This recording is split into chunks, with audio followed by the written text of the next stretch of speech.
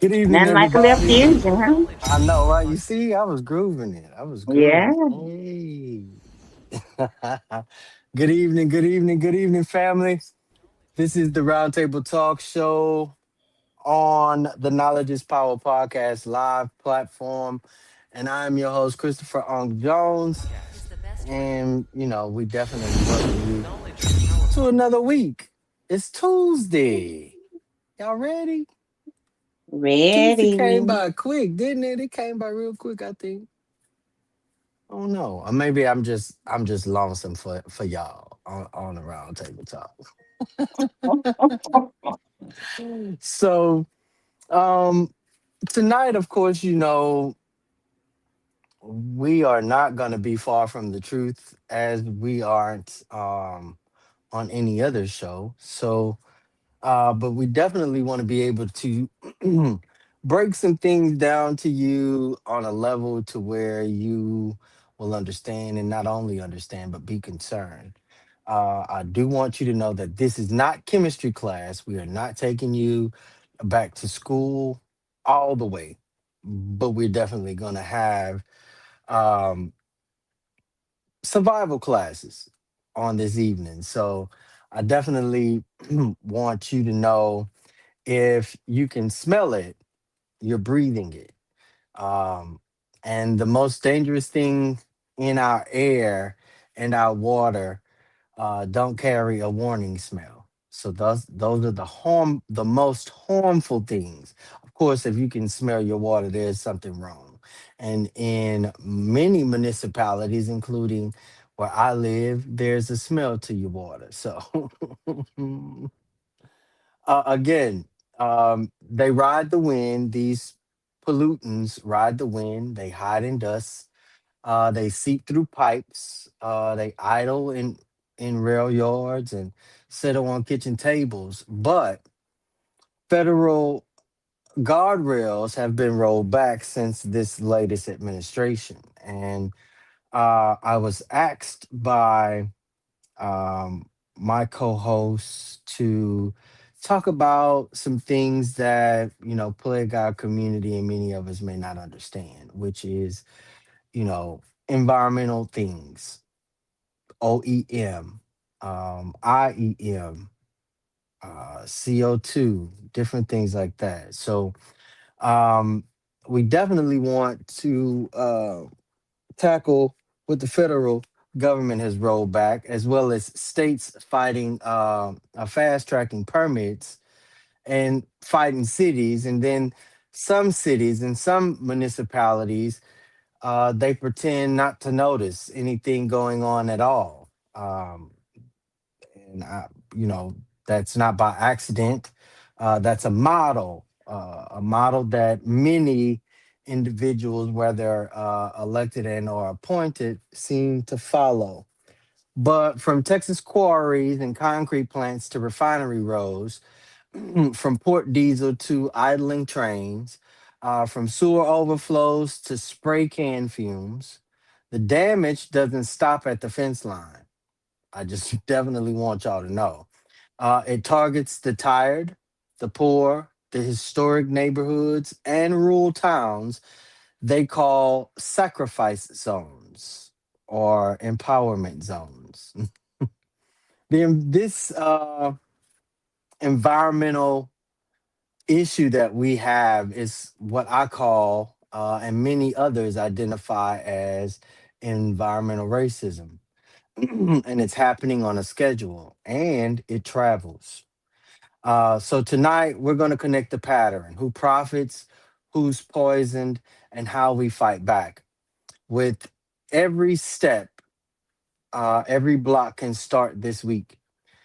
We measure it, map it, fix it, and lock it into law.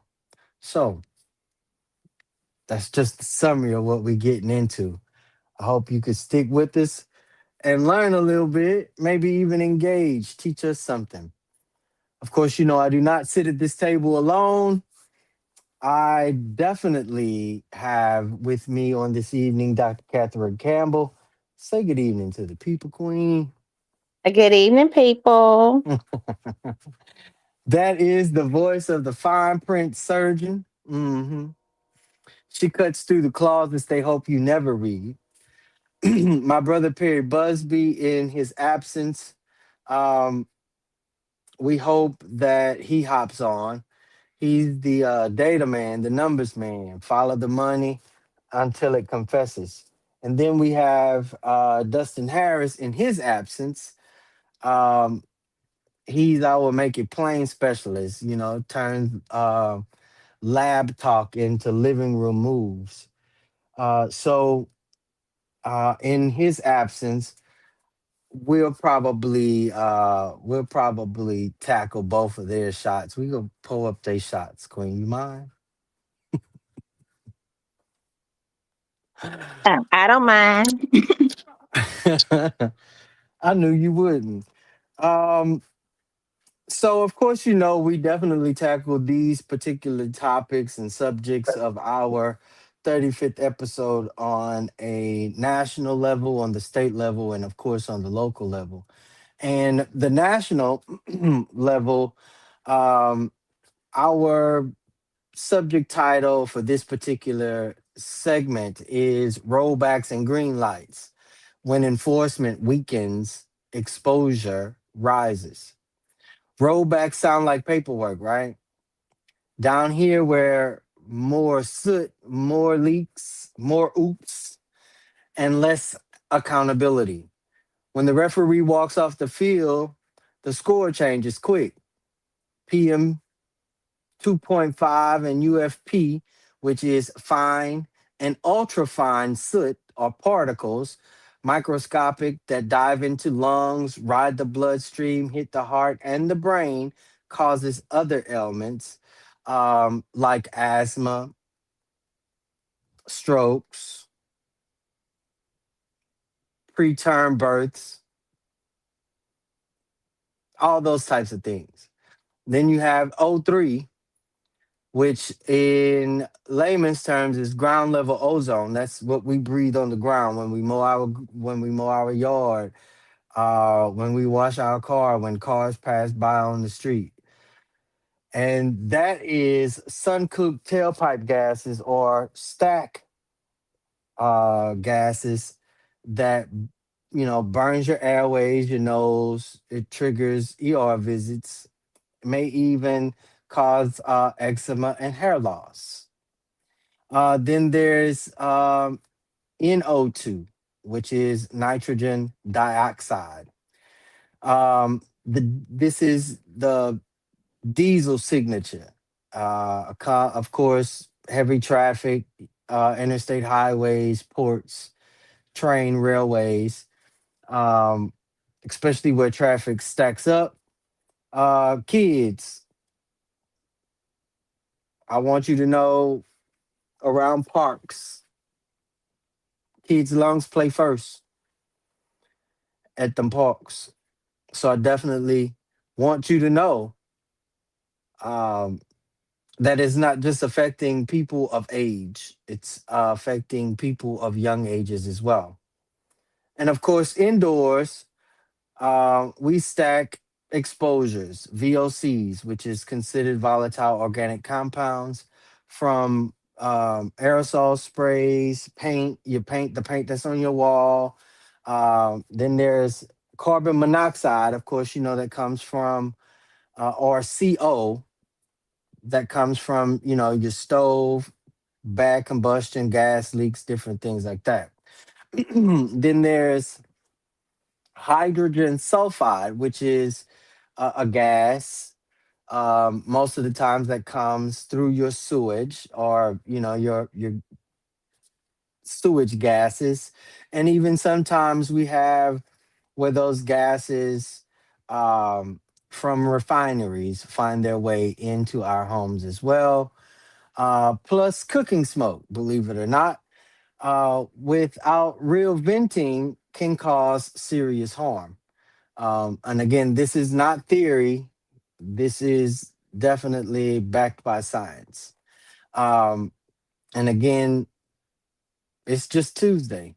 So just imagine what we smelled, breathed, touched, even tasted.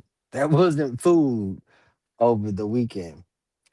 So, in this particular segment, what we're digging into is what federal softening looks like on the ground: fewer inspections, slower penalties, larger loopholes. Why industry rarely self police once the cops leave the block, and the cops is the EPA and their regulations, as well as TCEQ and their regulated regulations. Of course, here in Jefferson County, we haven't heard of any regulations imposed on any industry, port or train, um, for their emissions. And we'll even reflect that same sentiment back to our city government as well.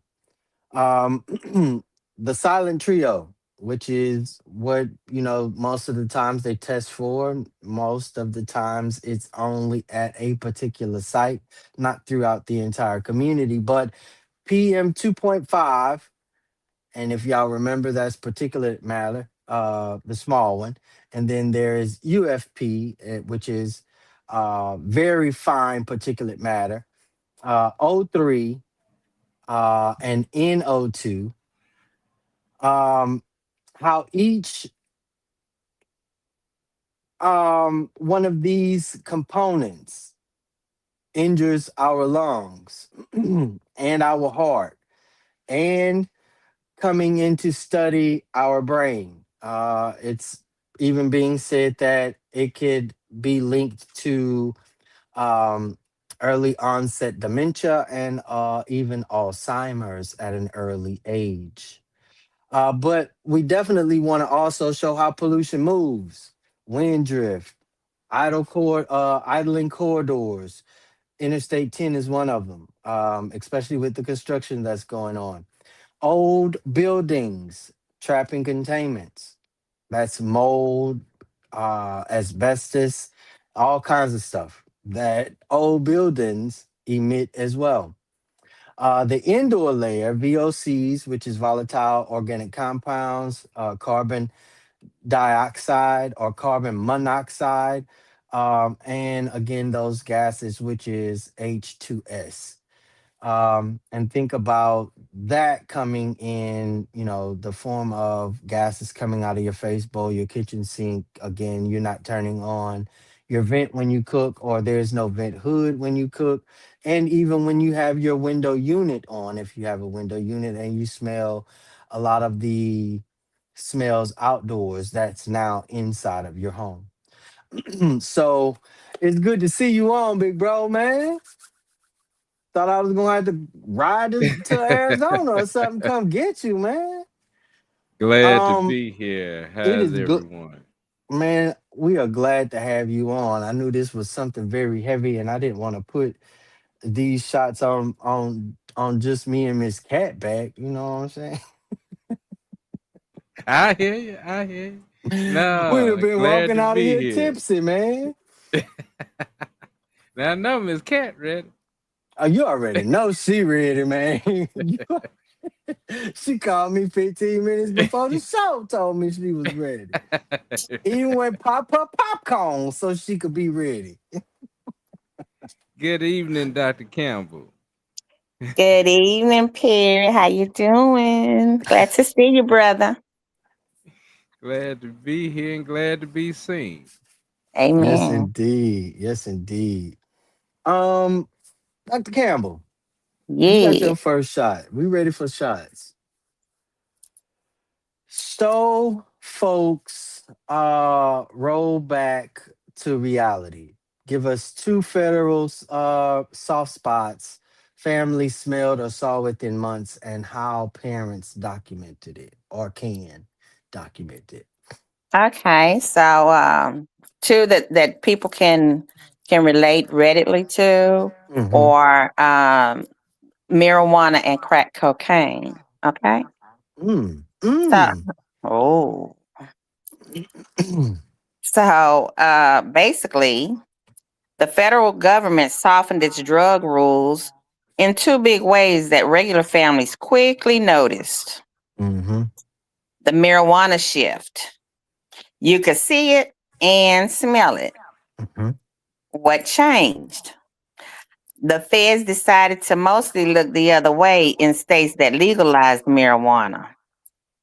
What families saw and smelled within months, shops selling pot, they're called dispensaries, started popping up in strip malls like regular stores. The Mm-hmm. smell of marijuana, which was once hidden, became common in public in those states. Mm-hmm. And how parents documented it, they took pictures of the new dispensaries and posted them online with comments like, "This is on our main street now." Mm-hmm. Mm-hmm. Or talked about the new smell in their neighborhoods on local news shows. So the crack cocaine sentence fix. You saw people come home. Mm-hmm. What changed? They changed a harsh old rule that gave much longer prison sentences for crack cocaine, which affected more black families, by the way, Mm-hmm. than for Mm-hmm. powder cocaine. What families saw? The most powerful thing they saw was fathers, mothers, and siblings getting out of prisons years earlier than expected. They Mm. came home to their families. And now, how parents documented it with emotional videos and photos of family reunions at the prison gate. Mm. Hmm. They Hmm. also told their stories to courts and support groups, showing how the law change brought their loved ones back. Hmm. Mm. Yeah.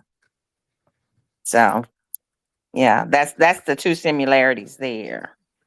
I bet you people wouldn't have never thought that you would bring up two substances Hmm. that heavily crippled the black community and was never even thought to have brought those two together and called them environmental racism, queen. I Okay. love that. They were federal softenings. I had to, be relative, right? Yes, indeed. Yes, indeed. And brought it and brought it and brought it. Mm, Barry, mm-hmm. you ready for your shot? Who following that? I know, We right? may have I to go know, to a right? commercial break.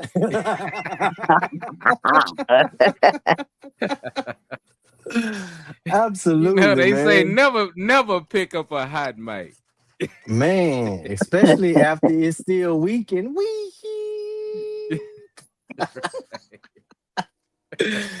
Barry, what um if you could run the ledger, what a plant saves skipping on control versus what the neighborhood pays in ER visits, meds, and missed shifts, or even From getting the fired. plants, right? From the plant side, these recent deregulations um, that have come out of the EPA. On the business and support side, the they make no bones about it. They say it is a cost savings. Mm-hmm. Uh, the lack of regulations is not just uh, related to emissions. Mm, Uh, those regulations have to do with such things as OSHA, Mm-hmm. Mm-hmm. which is plant safety, Right, right, which is your human capital.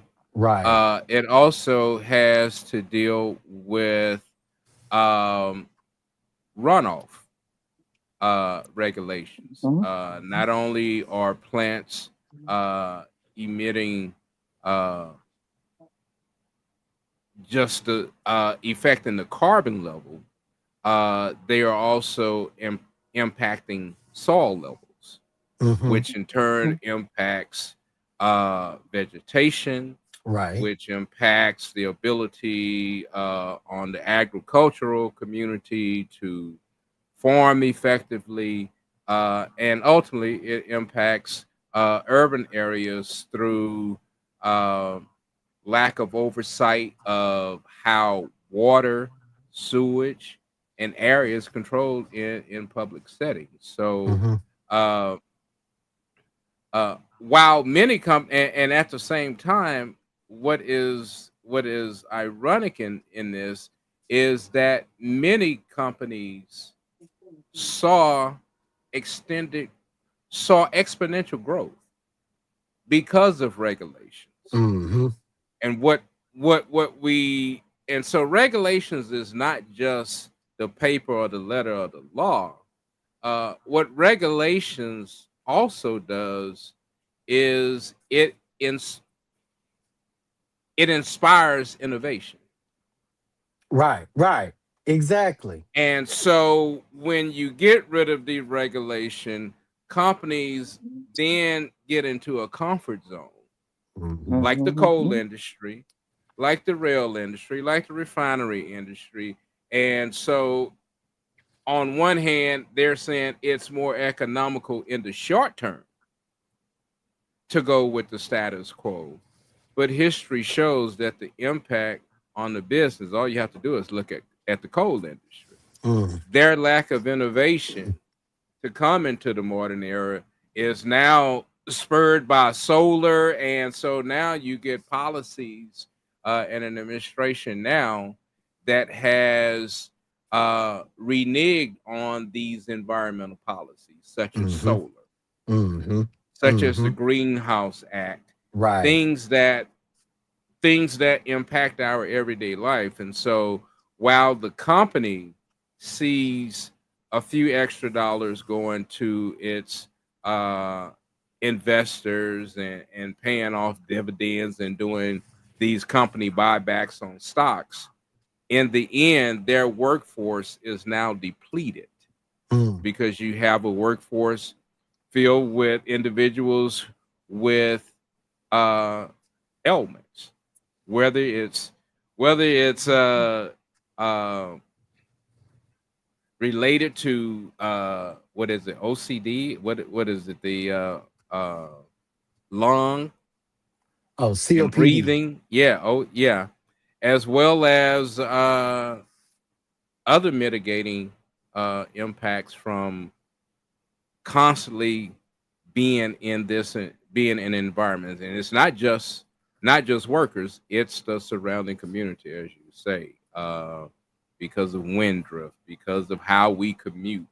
uh, we are now seeing, especially with the Affordable Care Act and insurance, it looks like we're headed for, for this triad of of just evil and Mm. and lopsided decision making on the behalf of our leadership. Yeah. Yeah. Yeah. Man. I mean, I would even go as far as, you know, pointing out SpaceX Mm-hmm. in the same Mhm. I mean in the same breath. Yes, Um we could even, dig into some of, these new data centers that are data popping up. centers, right, Um, how we see in Tennessee where they got the little new little city that they got. You might as well call it a little township, but nobody lives there, with the exception of servers and, generators to power those servers. And it's not just one generator; it's a right, neighborhood of generators to power, a few servers.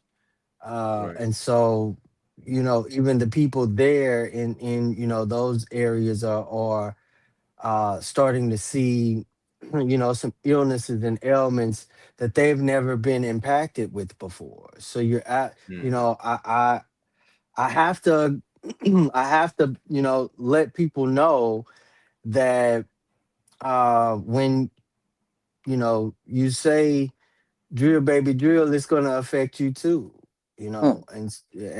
and those things, um whether we realize it or not, have adverse effects on the health of even the unborn. So, um, yeah, you hit a lot of good points when it comes to how um, companies are winning,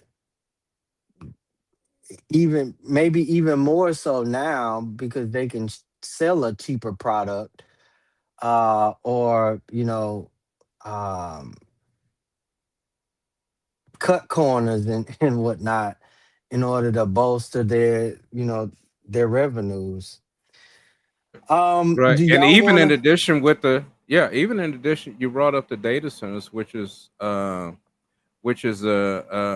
a new sort of issue many municipalities are dealing with because while a data center gives the impression that the city is now on the cutting edge with AI being the talk uh, that's going around, uh, while cities have given these companies, primarily those Amazon, Microsoft, Oracle, uh, multi-billion dollar companies already. Now they're in addition to the tax abatement. Now these data centers uh, have pretty much co-opted uh, the electrical shift on our grids now. I mean, you have data centers now that are that are obtaining use of their own power plants. So it's not even a 50-50 split. It's a Right, 100-0 split. right. And so now when you see a place like Texas who has the history of dealing with energy issues, whether it's in the Hmm. heat of summer or in the Hmm. cold of winter, Hmm. you can trace that right back to the fact that you have an electrical grid that's primarily allocated toward its uh, business resources and very little, including just some makeshift a fan and a little tape that's going toward the consumers. Yeah, right, right. So are we going to share Dustin shot? I think we should share Dustin shot. I think we should. Dustin, we're gonna take your shot for you, okay? Dustin's shot is, and even the chat, if you could fathom up this response, please respond in the chat. But what we want to know is what are some same week household protections families can start tonight? Like, and then y'all just go down the line. I have a few. But Dr. Campbell, let's see if you could handle that shot on if you want to. Um, they have like HEPA filters that you can put into your air conditioner and stuff Hmm. like that. And I do know those to work very well and is in keeping germs and disease down and inside. I know there can be like b- uh vegetation type things that can vent the air as well. Different types of plants can do it. Um, Certain hedges or trees and stuff like that. Hmm. Different types of vegetation can vent as well. Um, I don't know. That's all I have for right now. Pierre, you got something to add? Uh, no, no, no. Take that one. I will say, just to give a little more insight about what Dr. Campbell said, yes, HEPA filter, the best filter in the world. Hospitals use HEPA filter, and even Marv. Marv filters are also pretty good. Um, What's a Mar filter? A MAR filter is um, it's a microfiber. It captures very fine particles. It's Okay. the step down from a HEPA. Okay. HEPA is what again? HEPA filter is one of the best filters that you could have. And the Marv is, like I said, the step down. Of course, the little blue filters that we see people buying for their central air and heats, that's considered, those are reasonably priced. A Marv or a Helper, that's gonna be, you gonna pay what you weigh for that. Okay. Okay. And Thanks for that explanation. absolutely, they keep dust down. I will Okay. say, even in that manner, don't dust with anything dry. Use a baby wipe or a wet wipe or Lysol wipes or old school wet rag. No, you use Don't furniture polish. That's You an use oil. aerosol. That's But what so they have anything. oils that are in a bottle. Yeah, you could use things that are in all, but again, aerosols. Stay away from aerosols. If that's something you could do for this week, stay away from aerosols. Aerosols have more volatile organic compounds than, well, I was gonna say stepping outside, but if you live in the city of Beaumont where sewage overflows onto your street and your yeah, so never mind. But yes, you definitely use that. Yeah, you don't want to Feel use a wet one or alcohol or something drying on your real wood furniture because no, it'll make it buckle. That won't be good for you. right, right, right. So you use the dusting wipes that have the oil in the wipes already, Mm-hmm. or Mm-hmm. the oil that's in the bottle already that you can just pour onto your towel. Right.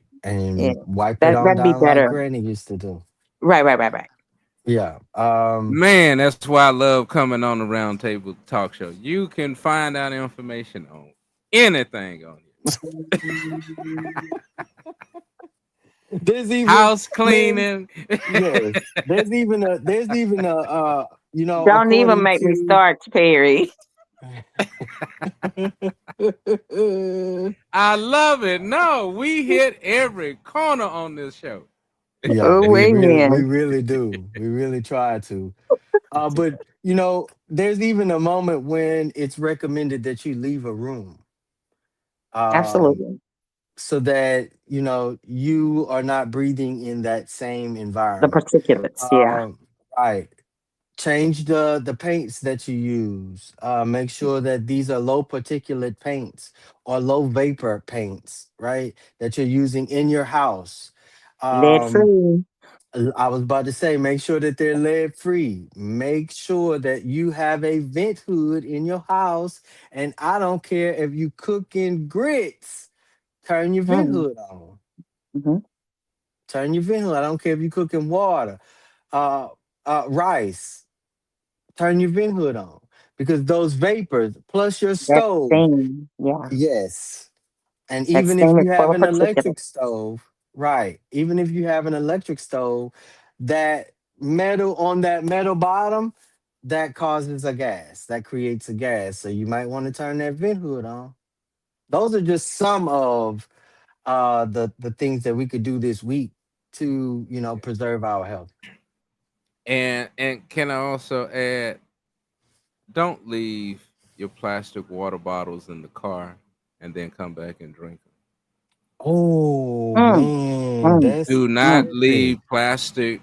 Do not leave cases of water stored in warm places and then figure you can drink them, because the plastic that they use for water for those bottles is not really plastic. It's a plastic byproduct, and so The it petroleum, dissolves easily, Yeah. yeah. and can really contaminate your water. So be careful on how you store those cases of water.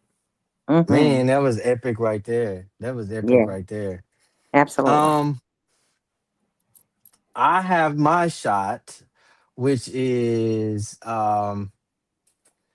How do we keep national pressure on during slowdowns or shutdowns so companies still feel watched? Um, Mm. I will say um, paper trail pressure. Mm-hmm. Paper trail pressure is a mug, I promise. Yes, it Especially is. one that we have as a collective of on the ground individuals, right? Um, Neighbors can file complaints, file the complaint to whoever and everybody. Make sure you demand an incident report, even if you are calling the city of Beaumont fire department or EMS or the city management. Jefferson County, they have regulations as well, or alleged regulations and steps as well. Call them. Make sure you file that report with them. Call the state EPA, your TCEQ. Make sure you have that report. The EPA, of course, it's currently inactive, being that the government is shut down, but there is still the branch EPA. Most of their teeth is they missing. This administration just snatched all they fronts out. You hear me? Right. And they backs. They ain't even got no. So they just gumming, but we could still file that information. Paperwork,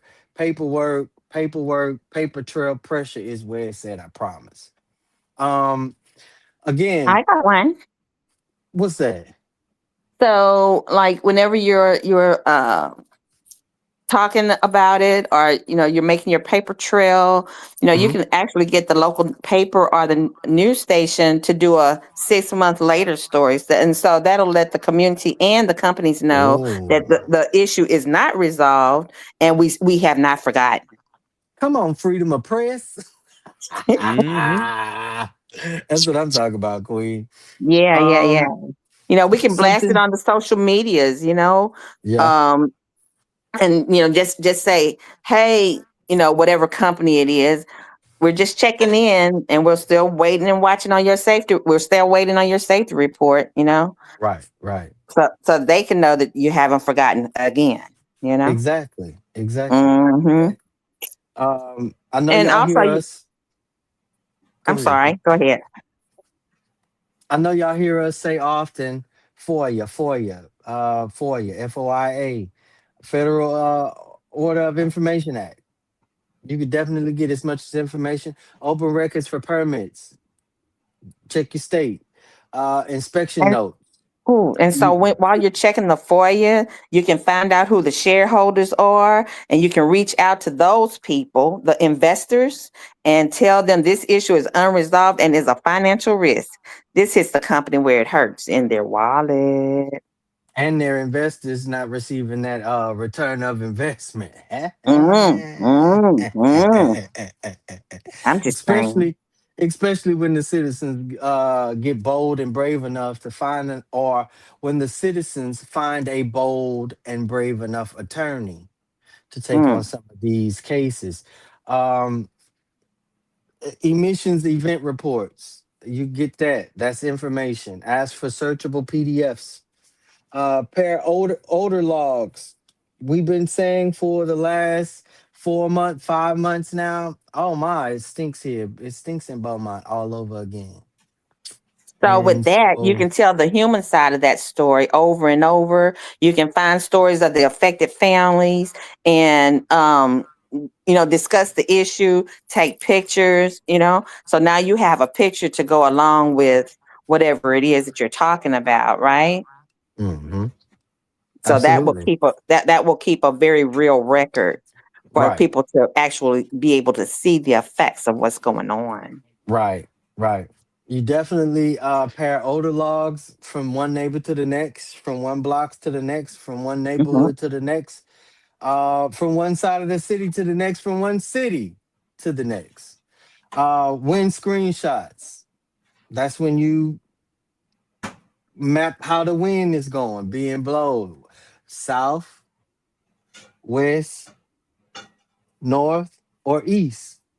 And you'll be able to tell because them smokestacks let you know, hey, the wind way up here blowing this way. Pay attention. Then after you done collected all this data or there's all this information and these stories, like Dr. Campbell said, drop the packet at city. Drop it at the city. Drop it at City Hall. Sit it on the city clerk's desk. Make it impossible for them to ignore you. Exactly. Sit it on the county's desk. Mhm. And send it in federal inboxes. The mailboxes still work. I don't care how long you shut down them, they still gonna work. And my paper's still there. And I sent it with a copy. So And emails are always retained. correct, correct. And then after you send it to the Fed, like Dr. Campbell say, we're gonna pop the media. Hey, we sent this out maybe 4, 5, 6 months ago. And Mm. we haven't gotten a response. We still got the issue ongoing. Can you do Yeah, a follow up? absolutely. A clean timeline, y'all, especially a timeline. But one that's clean, oh, that's a weapon. An intimidating weapon at that, especially like Dr. Campbell say, when you start hitting them in a pache. Flashpoint chat for this particular segment. When the referee walks off the field, do you trust the teams to call their own fouls? Put one in the chat for yes, two in the chat for no, or three in the chat if only if we watch them, they gonna act right. Only if we watch them, they gonna act right. And if you know that to be so, from what you have experienced here in history, then I definitely want to hear that too. So we dropped that in the chat for y'all. Know your rights. File complaints and get an incident number. Delayed does not mean denied.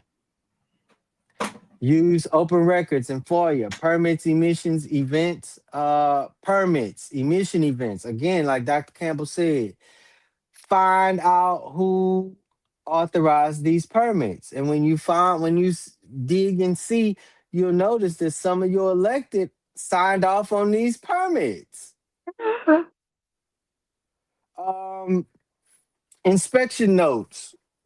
Who made the inspection? Was it EPA? Was it TCEQ? Or was it contracted? Um, and again, ask for searchable PDFs.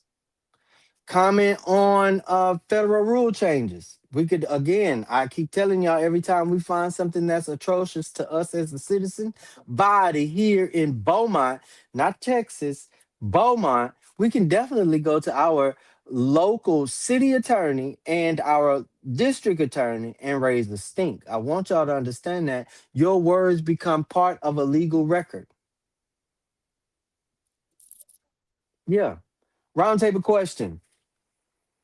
When National Guardrails loosen, what's the first neighborhood defense we stand up so exposure do not eradicate us? Or no, it doesn't um quietly rinse us.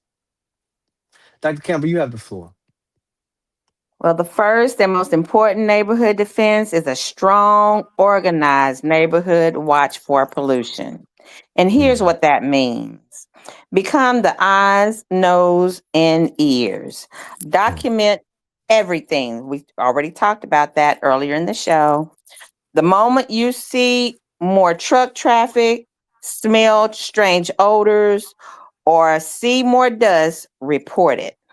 Use Mhm. a shared group like Facebook group or a WhatsApp chat where everyone can see the post instantly and post photos and videos and notes about what you're seeing and when. Create a smell map or a traffic log. Mhm. Track the issues. Patterns are powerful. One weird small smell is a complaint. A log of 50 weird smells every Tuesday is proof. Number two, demand real time data. The goal is to pressure local officials to install independent air and water monitors in the neighborhood. This Hmm. takes the company's word out of the equation and Hmm. gives you hard numbers to prove exposure is rising. Yes. So, Yes. why is this the number one defense? It stops the quiet rise. It creates undeniable crowdsourced evidence that forces regulators and companies to respond. It forces them to respond. Even when the national rules have been weakened, you can't fight what you don't measure. Right. Right. Especially if you ain't measuring it. Hmm. And So again, get that out comes there and in. document. Right. They'll try to tell you, oh, well, that's parts per billion. Yeah, parts per billion over 30 years. Mhm.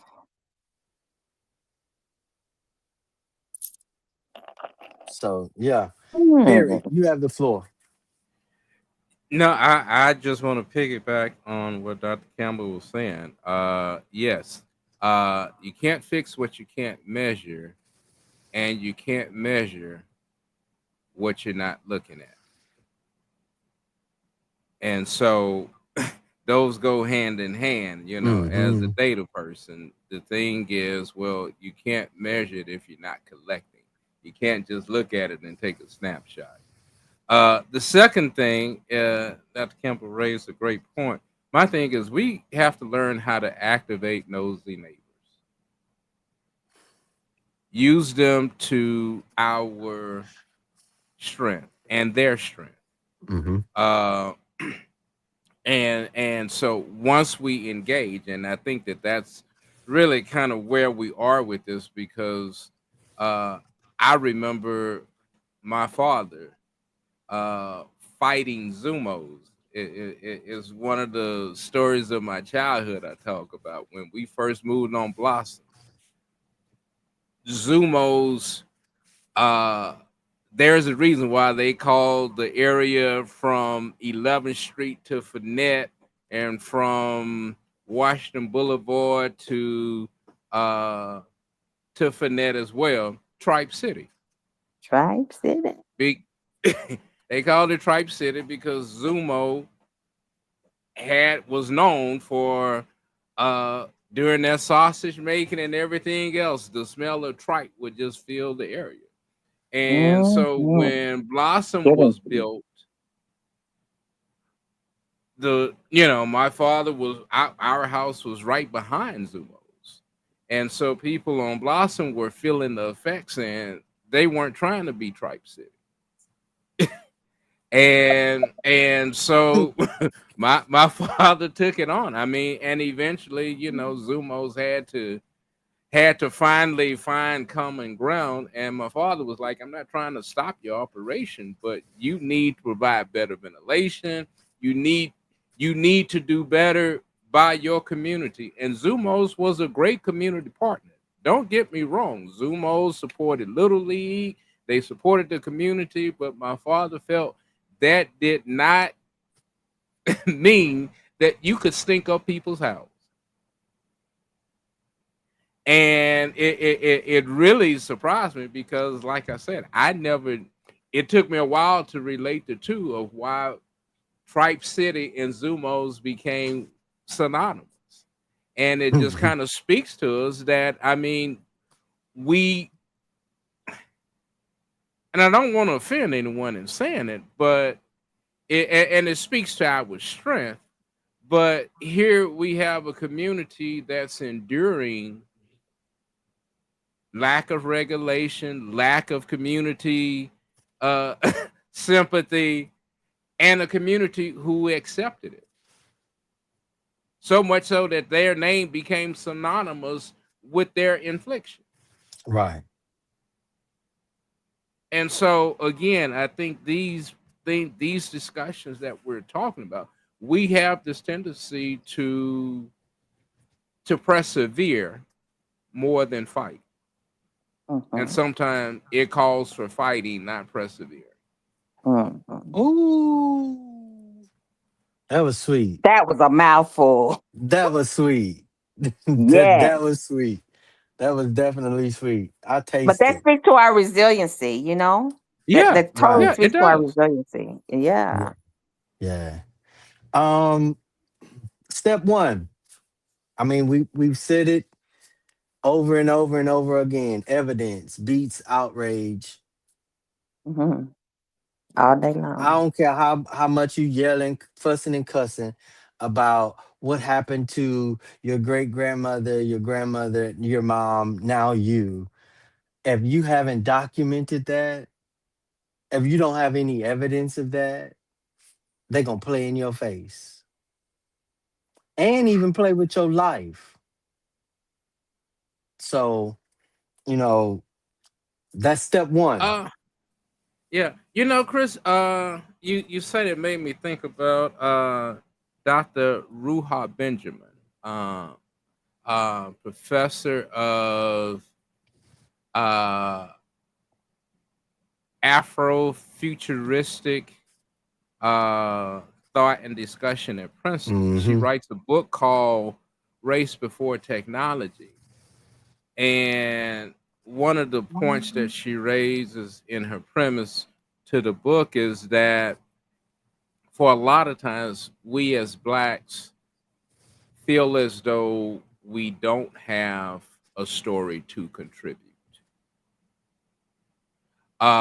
While at the same time, you get Anglo Saxons who feel as though, yeah, I have a story, but they tend to downplay it in terms of its impact. And so the thing is, how do we get, and now we're at this point where we always talk about telling our story. The thing is, what parts of the story to tell. Mm-hmm. Mm-hmm. And as you were saying, and we've all lived it from our elders. Our elders, if they migrated from Louisiana, they talked in Creole to keep language sort of secret. And if they didn't have Creole, and if they didn't speak Creole, they just talked in small corners. And Mm-hmm. so we've now grown into a society now where, yeah, we have social media and all of these, but what we spend our time talking about is not amplified through these new tools. We still Hmm. have a tendency to keep quiet, even with Man. every platform, every And we microphone got at our disposal. We tend to keep close to the vest those things that are personal. And as Dr. Campbell was saying, I mean, we didn't do a survey. We were just doing a rough count in the neighborhood I grew up in, which had many educators on Blossom. And if you look at the number of Alzheimer cases on in mm, that community alone, alone. should raise alarm in us trying to discover, well, why has this impacted so many. Lupus. And from that community alone, people that were raised in that community alone, the the amount of residents from that area that has lupus is alarming. Mm-hmm. But again, like you said, most of us didn't or don't tie those things into some of the ailments that we find ourselves suffering with currently. Um, I will, you know, I will say,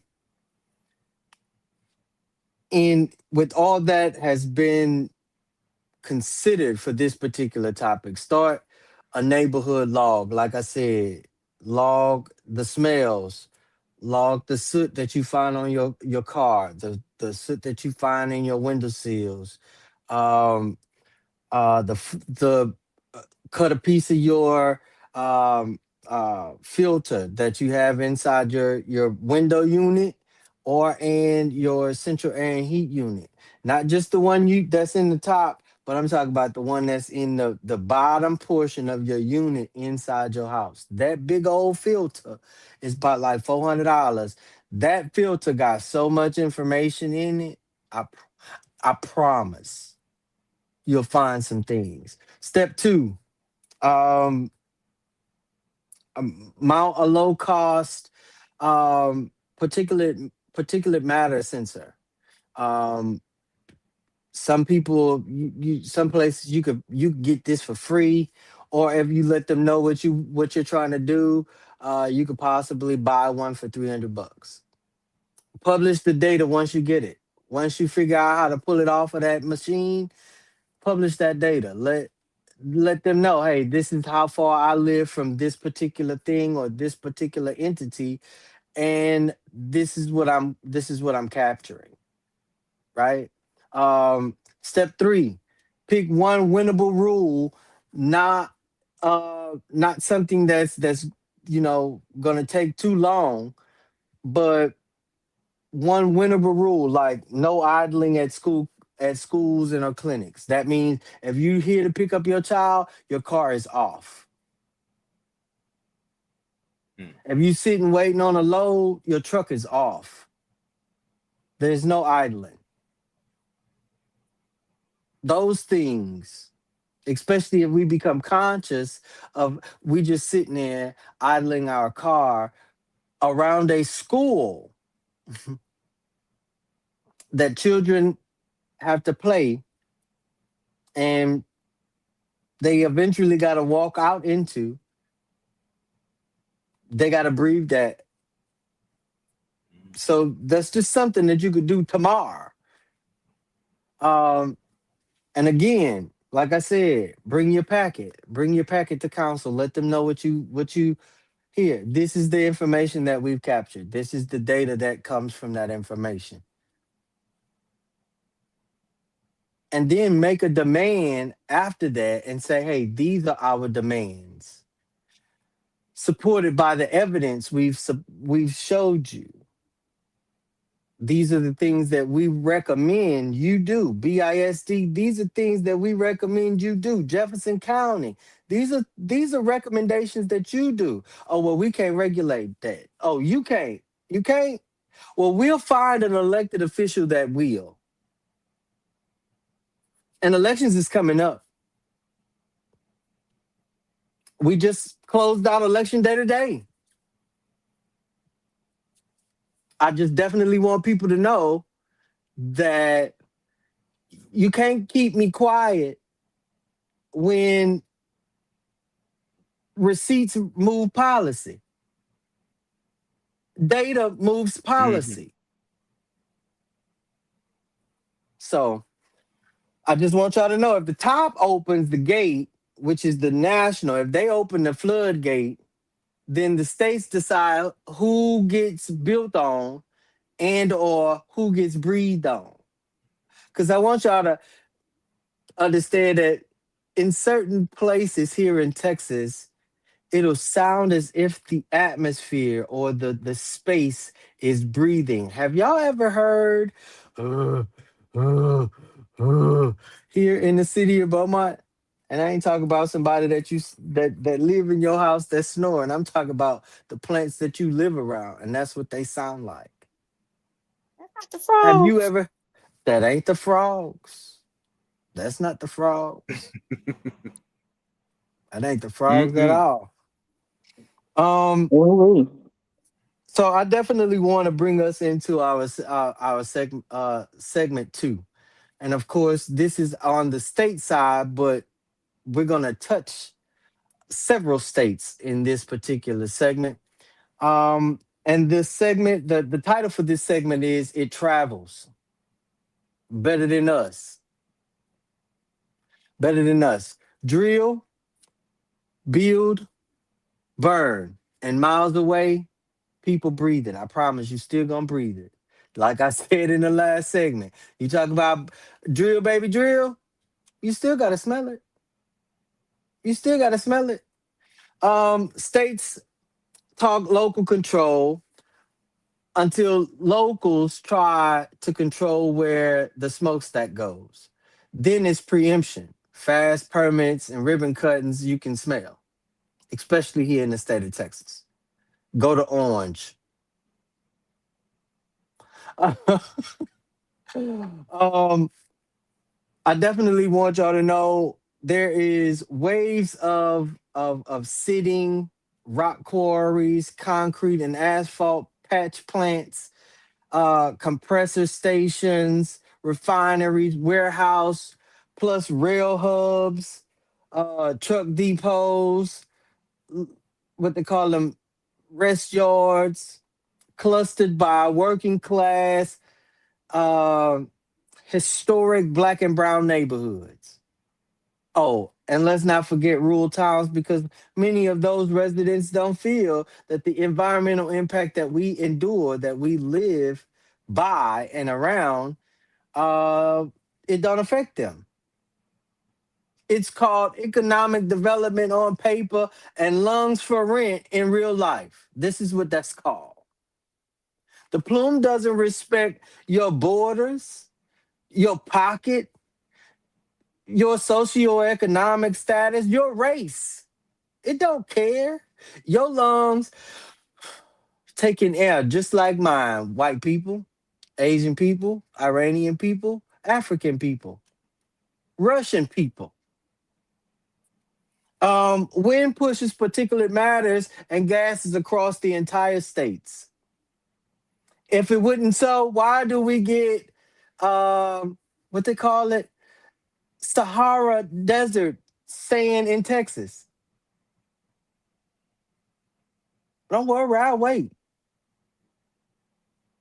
If the old lumber mill paper plant, I can smell it in Beaumont. It's not in Beaumont though, right? The effects of the TPC plant that blew up in Port Nature's Groves, wherever that is, up the street here, right up the street here. Nobody asked us if we smelled anything. Nobody asked us if our throat was burning or our eyes burned, our nose burned. Nobody asked us that because they want you to believe that what happened there is only in that fence line. I remember what last year, didn't we get a almost citywide alert to shelter in place after a release or a malfunction of apparatuses here at a chemical plant in Beaumont?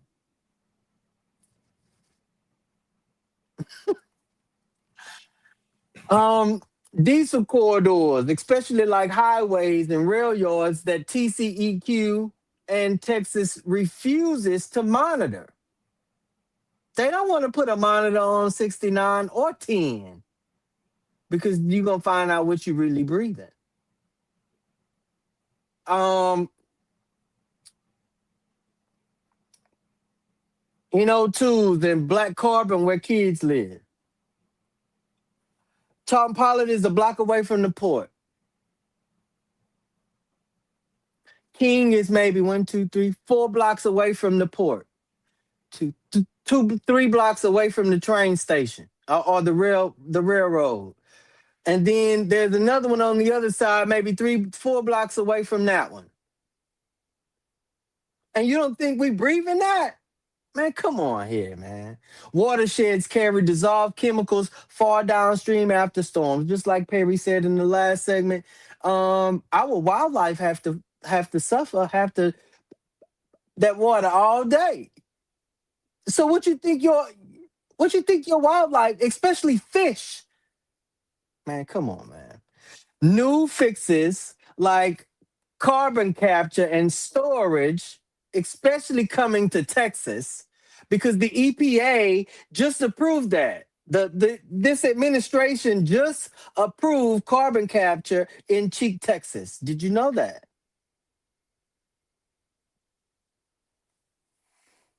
But again, that brings amine solvents, high pressure pipelines, and new risks to the same zip codes. And Is let's that going to think bring your about it. taxes down? Get out of my mouth and let's think about it. Their property value is going to go down, but their taxes, 9 times out of 10, Queen, gonna stay the same. If not, go up. I think it'll go up because that plant is going to use a whole lot more energy, so their bills are going to go up as well. I'm just saying. Well, see, it's just a carbon capture storage containment.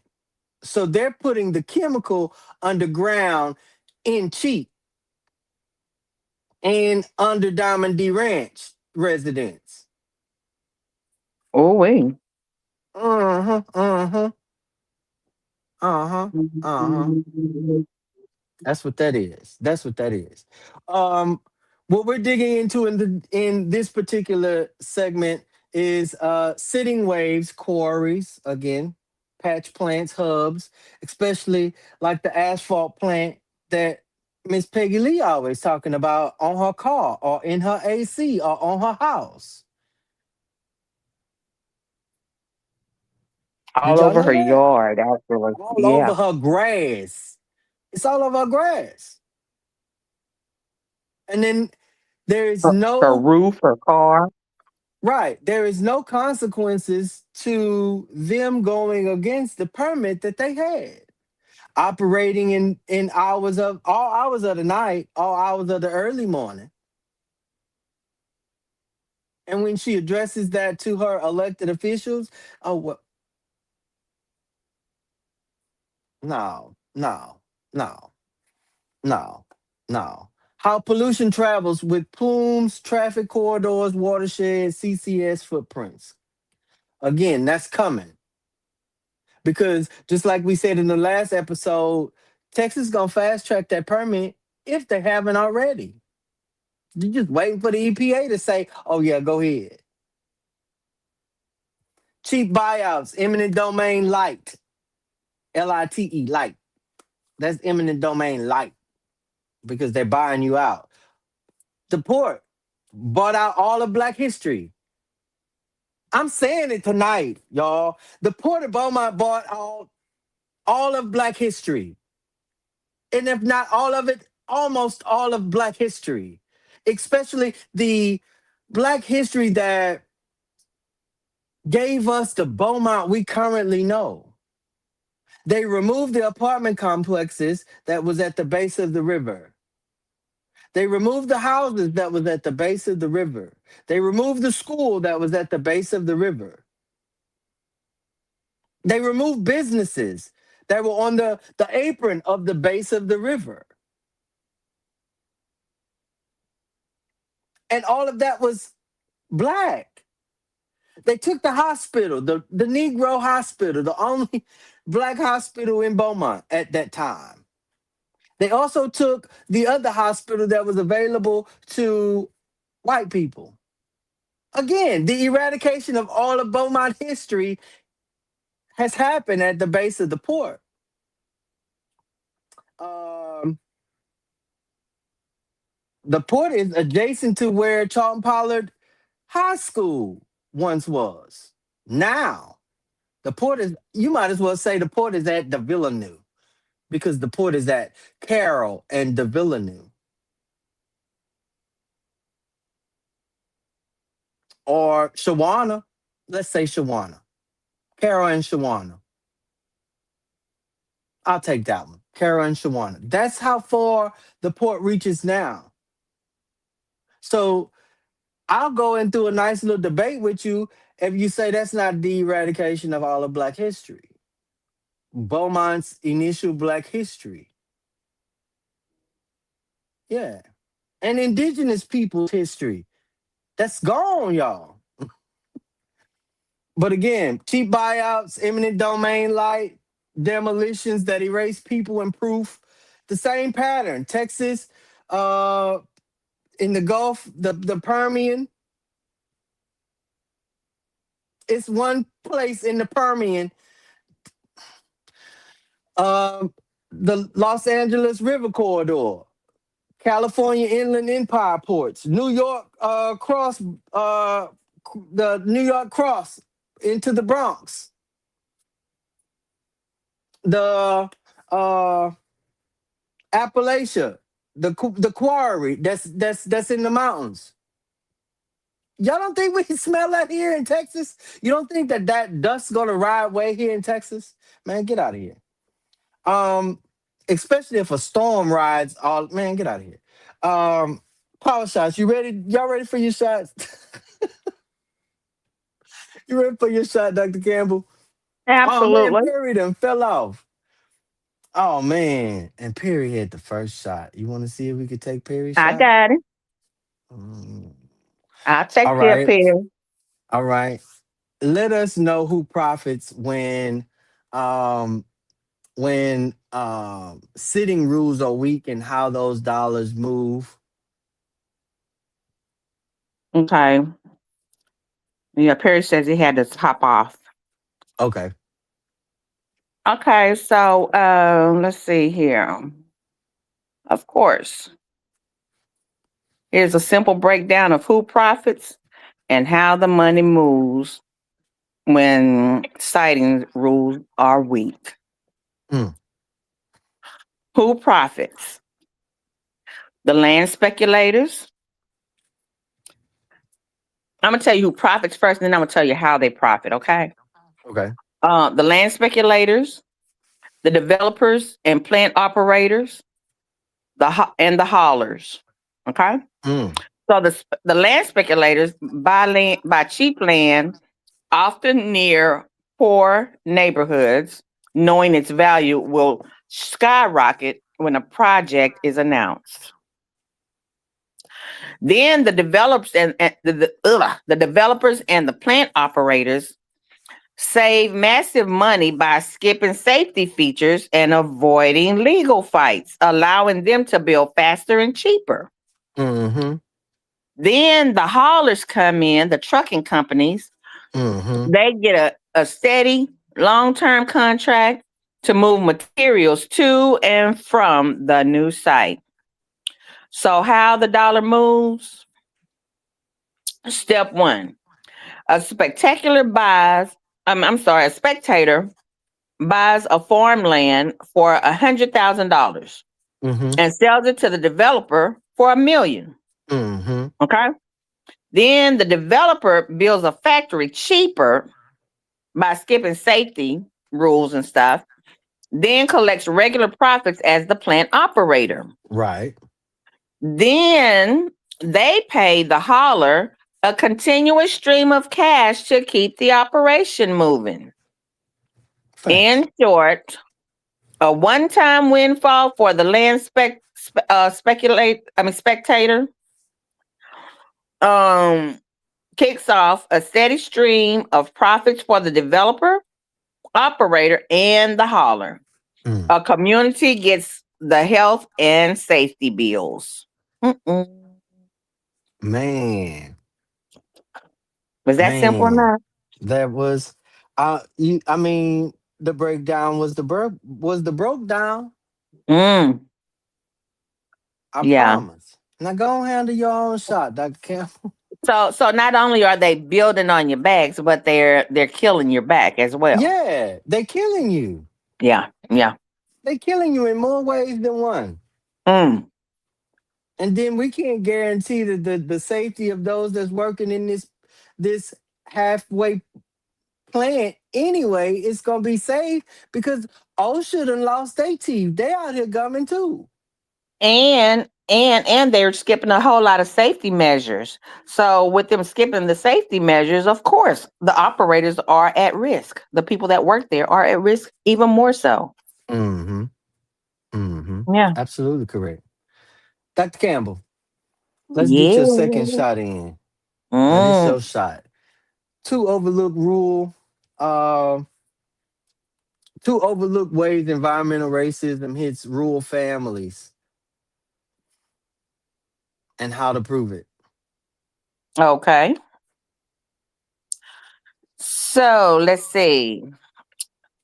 Because we already looked at how to prove environmental racism, now that we've identified the policy loopholes and corporate profits, I'm going to make a subtle connection to those things and give you actionable proof to use.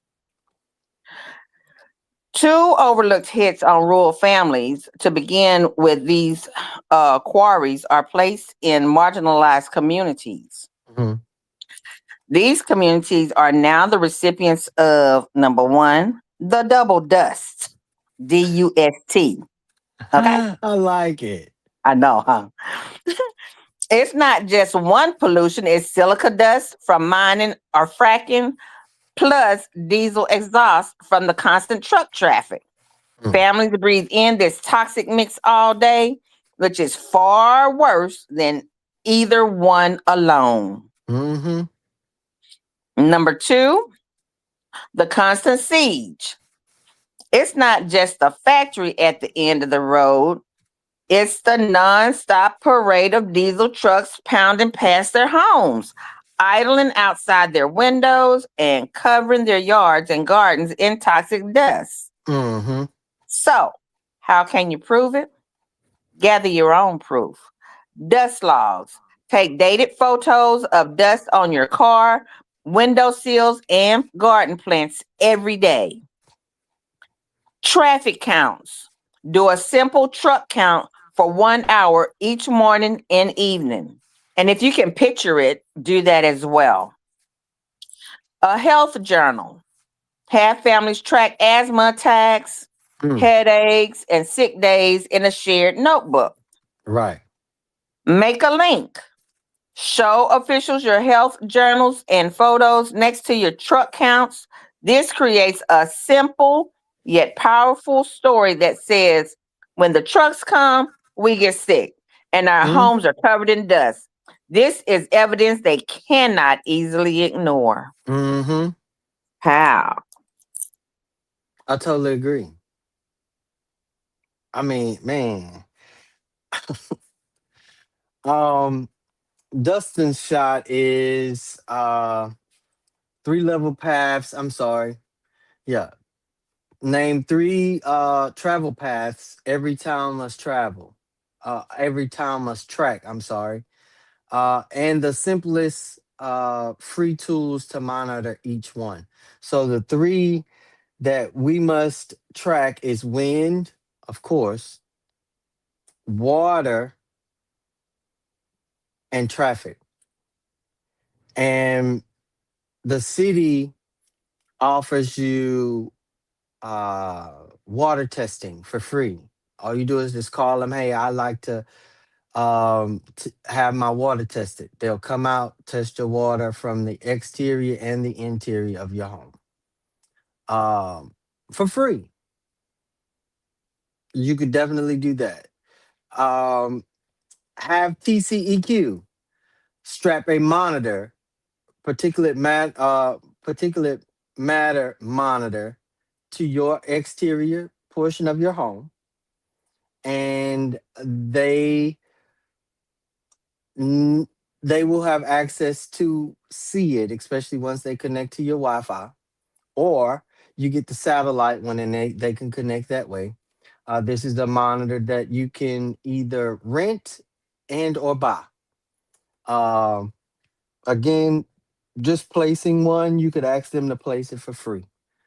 Um, let's see. That's to monitor your air. TCEQ is not going to do anything about your traffic. I'm sorry to say. So it would be Video. it would be incumbent upon us to ask our county to monitor our traffic. And I'm talking about with the same type of particulate matter readers and environmental readers. Yeah, yeah. The county should have those as well, because according to one of the Jefferson County environmental representatives, there's monitors throughout the entire well, no, there's monitors, one at Jefferson County Courthouse, there's a monitor by my house, and then there's a monitor over by my house is a little bit too close. There's a monitor over by the fire station. Uh, on Royal Street, and then there's another monitor over on the other side of Lamar University. And so those three monitors I know for sure or placed by TCEQ and even moved from closer close proximity to industry. They were moved, and so um, yeah, we can make those requests as well to find out why was it moved, this, that, and the other. Yeah, and you can do all that for free. Phone call. I mean, like you paying your bill anyway. So um, again, we could track our wind by monitoring from one set to the next, one side of the city to the next, and independent monitoring that we're doing, and then ask to compare those monitors that TCEQ have and Jefferson County have access to. And you could even go to the fence line industries or your fence line neighbors, like the port, and ask them, what are some of your fence line readings? Um, ExxonMobil, railroads. What are some of your fence line readings? What are some of your environmental impact studies? Right? And they can give you that information for free. Now, if they don't have that information, they don't have nothing to give you. But you can make a request for free that they do an environmental impact study in your particular area. And if they My don't shot, have that information, if they don't have that information, then you can write to the EPA and or the DOJ so that they may and or must require them to have that on hand for public access. mhm. Um, my shot is when states preempt cities, what levers still work. Again, four levers. I believe that there are four levers that still work, regardless to what. Um, Mhm. these Yeah. levers still bite. They still got teeth. They're not like EPA, but public nuisance Mm-hmm. that's still got teeth. Or Mm-hmm. they call it NIMBY, not in my backyard. Mm-hmm. NIMBY is the acronym NIMBY. NIMBY. You anybody can force a NIMBY. So when they tell you that, oh, these trains, this, that, and the other, and I heard that the trains were supposed to be being quiet again, but I don't know. We'll wait and see. But again, NIMBY, public nuisance, you can file those reports. File that with your city police department. You can file that with your um, fire department. You can file that with your city attorney. You can file that to your city manager. You could even make that known to your city elected, and then take that same paperwork packet and bring that to your county officials and your district attorney's office, because when we get ready to class action, we don't want nobody to be caught off guard. um School buffers.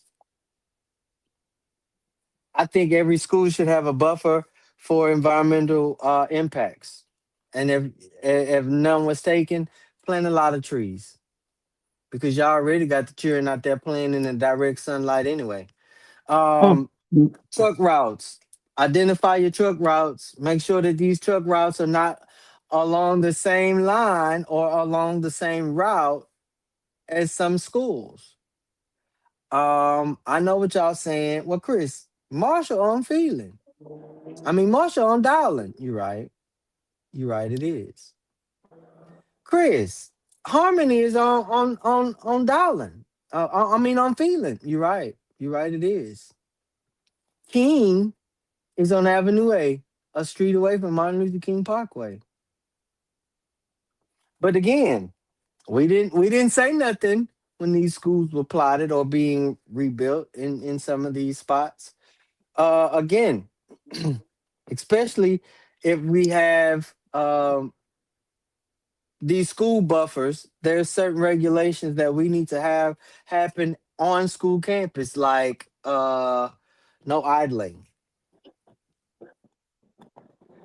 Identify particular truck routes. Hazardous materials need to stay on hazardous material routes. I shouldn't see a hazmat truck on Doucette because Doucette is not a hazmat street. I should not see a hazmat truck on Irving because Irving is not a hazmat street. I shouldn't even see a hazmat truck on Highland because Highland is not a hazmat street. We shouldn't see a hazmat truck on Magnolia because Magnolia is not a hazmat route. That's not a hazmat truck route, y'all. But we see these tankers run all through our community. We see these box trucks running all through our community, parked even. And of course, we're not gonna talk about the train that sits on the track, especially when we got somewhere to go. Yeah. Um, put these ordinances out there. Make our elected officials work. And again, I did hear that there was the no noise, but we gotta wait to hear it. We have a rock quarry. Well, not a quarry, but a hauling. It's nothing but rocks at the rear side of the port. And I don't know if y'all know, but that dust that comes way over here. That goes way over there to your house too, because the trucks pick it up from out here, and you can see the plume of dust coming out of the backside of the truck, even Mhm. with the cover on. So you don't think that we're gonna breathe that? Yeah, we're gonna breathe that too. Um, again, even with the covered load, we see dust coming out of it. Um, the port should be misting down Carroll Street and Sycamore instead of asking for a new street. Miss, cut the More than dust once a down day. more than once a day. The asphalt plant and the cement plant on 7th Street, you need to wet every day, even when it ain't raining. And you need to fix that street because there are All no day. residents there. There's no residents on that extension of 7th Street. Fix that street. Dollinger too. You could fix Dollinger too. You could fix that too. You could fix that. All the money y'all making out here poisoning the people. Wheel washing and low sight speeds so your dust don't kick back up. Yeah. Build the record, y'all.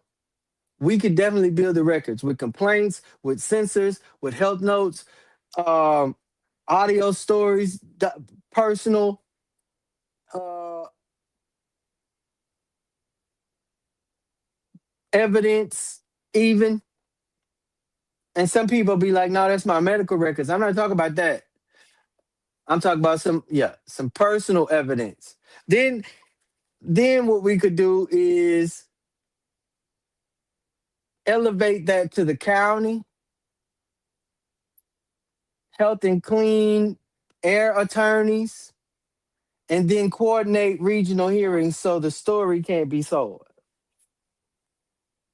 It can't be soiled like you soiling our lungs. Yeah.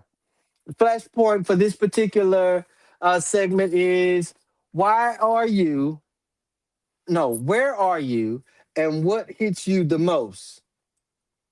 Where are you and what hits you the most? Put one in the chat for dust and soot. Put a two in the chat for odor. Put a three in the chat for noise. Put a four in the chat for water worries that you got water worries. Or put a five in the chat for all of them and drop your state zip code. Drop your state and your state zip code and your zip code. Again, where are you and what hits you the most? I'm putting that in the chat right now so that y'all can see that.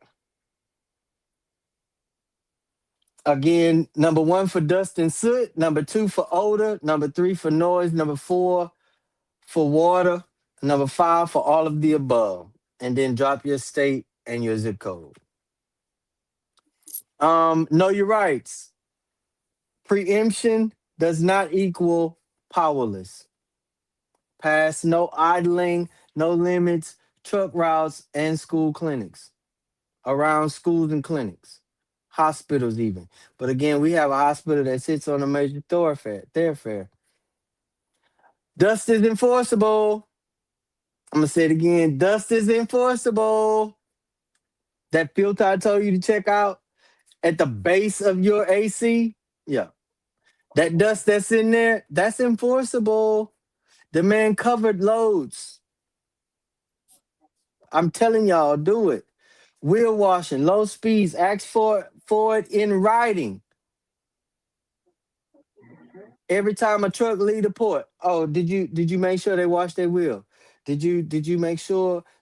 Well, how about was their load too heavy to where they tipped over rocks? Because how many times y'all passed down the street and saw a line of rocks just heading somewhere? Don't know where it's coming from, but it's heading somewhere. Yeah. Um, School defenses. Again, the MERV 13. That filter is that filter is no joke. I promise. HEPA filters in schools. That's no joke. I promise. Again, no idle buses or cars in the school line. Campus asthma action plans tied to bad air days. Figure it out, y'all. It's all in our face. It's actually in our bodies. And if we could recognize it, even in those that are coming behind us, we could do something about it so that they won't have to endure illnesses and ailments that they don't know how they got it. Roundtable question for this particular segment is: if pollution travels, what's some cross country strategies of data, legal, and organizing that finally shows matches how exposure really move? Dr. Campbell, you have the floor. Of course. Here are sharp cross country strategies that match how pollution really moves across boundaries with scalable solutions. Okay. So you can start with data. Create a pollution travel map. Deploy matching monitors. Towns in different states downwind of the same industrial area use the same cheap air sensors. Mm-hmm. This creates a unified map that visually shows the pollution moving from one state to the other. Mm-hmm. You can track the chemical fingerprint, test for a unique pollutant from the source, such as a specific metal from a smelter, something like that. When that same pollutant shows up in another state's water or soil, it's direct, undeniable evidence. Number two, legal. Sue as a cross state coalition. File a public nuisance lawsuit together. Multiple communities, even in different states, can jointly sue a major polluter. One company can't hide behind state lines when facing one massive lawsuit from everyone it harms. Right. Petition the federal government. Go to the EPA with your unified data, demanding they intervene on the grounds of interstate pollution, which is a federal responsibility. Yes, ma'am. And offense. Okay. And number three, organizing. Build a watershed or windshed coalition. Hmm. Organized by geography, not politics. Everyone living downwind or downstream of the same source joins one coalition with Mm-hmm. a shared name, strategy, and voice. Pass the mic campaigns. When a new permit is being debated in the source state, families from that state receiving the pollution pack the hearing to testify. This makes the problem visible and unignorable. Mm-hmm. The bottom line: stop fighting as separate towns, act as one impacted region, sharing data, legal firepower, and stories to prove the pollutant's true path. Absolutely. Absolutely. Um, I would say we need a 3-lane offense. Um, Dr. Campbell listed them. You know, there's a data line that gives you all of the information, shared sensor maps and odor logs across the entire city and across the entire county. Go from state to state even. Um, share if one neighborhood has bought their monitors, share those monitors to other neighborhoods and other communities so that they can gather that information as well. Once y'all get y'all data, compile that data. The legal lane, one one coalition attorney filing joint nuisances and open records requests for multiple neighborhoods. Dr. Campbell Mhm. just told you we're not separate on this. We're Mm-mm. as a collective on this one, right? And I Right. know for sure when they see several zip codes represented in a case hearing, 9 times out of 10, they're going to stop. 9 times out of 10, they're going to change how they operate or how they process. I guarantee you, especially when they see several different zip codes. Mhm. Um, Organizing lane. Dr. Campbell told us organize, organize, and organize. Synchronize public comments and council nights so that I may not say the same words you said, but the story is the same. The just is the same. The information, facts, and data are the same. And that's hard to refute, especially if you have several individuals bringing these documentations and personal stories to the forefront. The same packet landing in every chamber the same week. Every week. You don't miss a beat. If they don't have a meeting that week, send it to them in an email. If they got a meeting that week, send it to them in an email and show up to the meeting that very same day. Very same day. Regional pressure cracks regional patterns. I want y'all to know that. Regional pressure cracks regional patterns. And here in Southeast Texas, we done smelt this pattern before. Are we gonna smell it again? Nah. If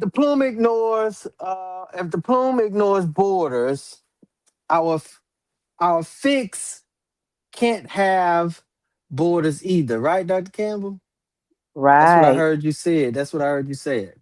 So, time to run fence lines into lifelines.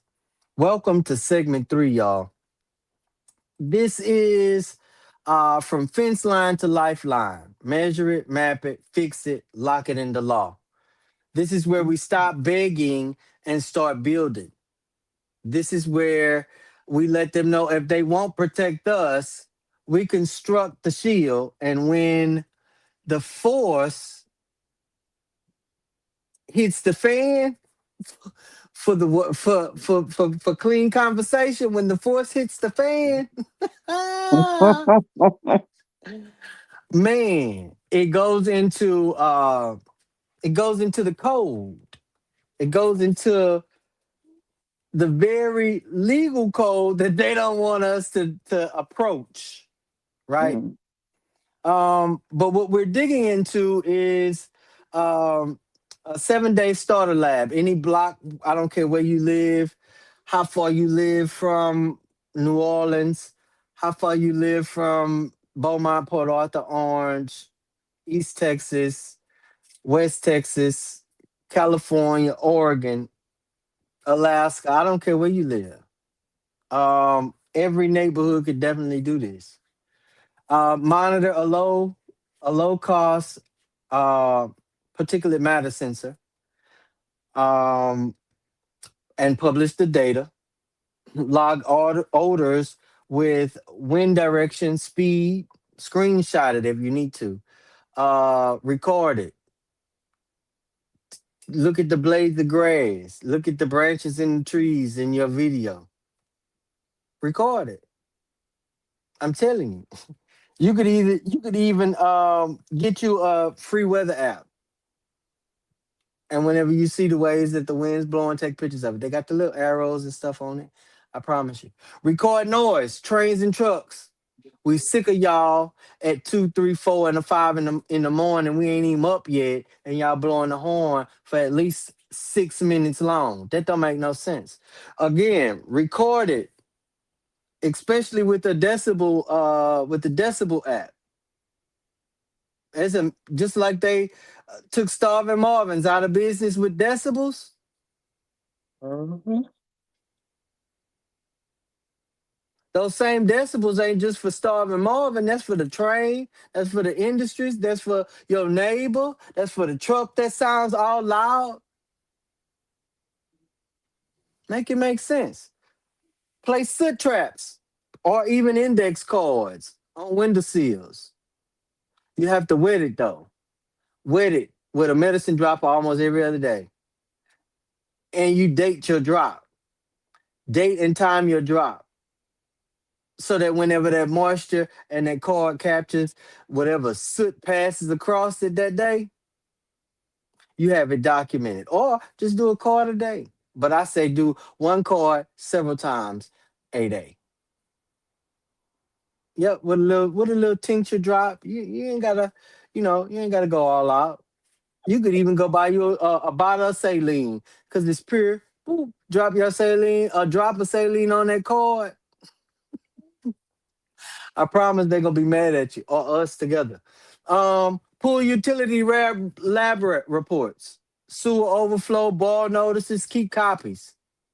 Upgrade all city and school facilities with the MERV or HEPA filter. Vent kitchens and bathrooms. Um, Again, wet wipe dust or moist wipe dust. Don't dust like the feather duster. The Create you a shoe off policy. Take shoes off at the door, or take shoes off outside the door. Some customs across this world, even here in the United States, they don't believe in shoes all about the house. So think of that. Compile a one-page timeline, photos and screenshots, and demand a hearing date from your city council in your county. I'm telling y'all, we pulling out all the shots. You do what we say do, or pay us. And we ain't talking about one time. We talk about forever and ever, and ever and ever and ever. Policy cures with teeth is definitely something that we need to create bigger setbacks from home and schools. Overnight curfews from batch plants and crushers, like that quarry we got over there by Miss Lee. Yeah, Seventh and Dollinger. That whole little area needs to be under a curfew because they clearly not operating by it. Public real time gate monitors posted to the web. Every time the gate open, they open, even even if it's at the time that they're supposed to open.